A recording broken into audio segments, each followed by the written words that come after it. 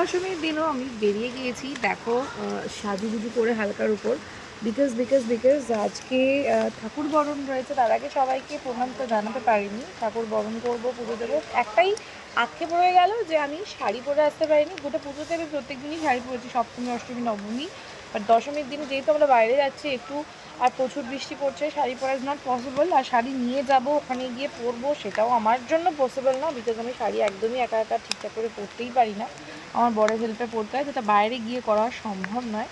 তো যাই হোক, পুজো একবারই আসে, তাই যারা যারা বেরোবে না প্লিজ বেরিয়ে পড়ো। আর রেনকোট পরেও বেরোনো যায়, এটা কিন্তু একদম তোমাদেরকে আমি শিখিয়ে দিলাম, ঠিক আছে? আর আমার বড় বেরিয়েছে রেনকোট পরেই।